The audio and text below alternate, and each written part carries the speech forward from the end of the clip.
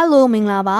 Advanced Image System တခုကိုလည်းသုံးကျင်နေဘတ်ဂျက်ကိုလည်းအလက်လောက်ပဲသုံးကျင်နေဆိုတော့ကျွန်တော်ရဲ့ဆရာမတို့အတွက် Vertex Smart Plus CPCT ကအဖြစ်တစ်ခုဖြစ်ပါလိမ့်မယ် Smart Plus ရဲ့အထူးအထာချက်ကိုပြောရမယ်ဆိုရင် Insight Band Advanced Image Solution ဖြစ်ပါတယ် Insight Band ဆိုတာကတော့ Multi-layer Panoramic Image တွေကိုဖန်တီးပေးနိုင်တဲ့အတွက် structure တွေကိုပိုပြီးရှင်းလင်းစွာမြင်နိုင်ပြီးတော့ diagnostic value တွေကိုသိသိသာသာနဲ့မြင်နေပေးပါတယ်ဒါအပြင် CPCT scan တစ်ခါဖတ်လိုက်ရုံနဲ့ 3D image ရော panoramic image ကိုပါအထူးတူရရှိနိုင်တဲ့ auto panel စနစ်ပါဝင်ပြီးတော့ဒီနှမျိုးစလုံးကိုတပြိုင်နက်တည်းကြည့်ရှုလို့ရပါတယ်။ RCFOB ကိုလည်း anatomical 12/9အထိကို extend လုပ်ပေးထားပါသေးတယ်။ patient တွေအတွက်ကတော့ radiation dose ကိုချော့ချပေးထားပြီးတော့ဆေးကန်းတွေအတွက်ကတော့အချိန်ကိုတိတိကျကျနဲ့ချွတ်တာပေးထားပါတယ်။ implant plan နဲ့ endocrine surgerization တွေအတွက်ရှင်းလင်းတဲ့ image quality ကိုထုတ်ပေးနိုင်တာကြောင့်တိကျတဲ့ diagnosis တွေကိုရှာဖွေပေးနိုင်ပါတယ်။ဒါကြောင့် advanced technology valence budget